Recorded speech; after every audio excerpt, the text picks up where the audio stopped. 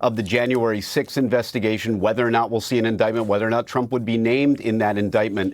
But you folks brought up a very good point. You're looking at that. There's a very good way of figuring out what's new about this superseding indictment. Sometimes it can be difficult, but one of the things that most federal indictments do is they tell you right up top what statutes are being charged. And you see there the one difference between the first indictment and this superseding indictment is Section 1512 B2B. And so you can go pretty quickly through a large document and find out that the new charges relate to, because the other charges related to basically the same kind of statute. The new ones relate specifically to destroying, mutilating, concealing records or documents, including, in this case, it appears, video footage that may have been destroyed, at least according to the indictment. Now, normally folks think, well, is an indictment, shouldn't it be the final statement of prosecutors? But prosecutors obtain superseding indictments all the time as their investigation moves on. So there's never a promise that this is the last superseding indictment. We may see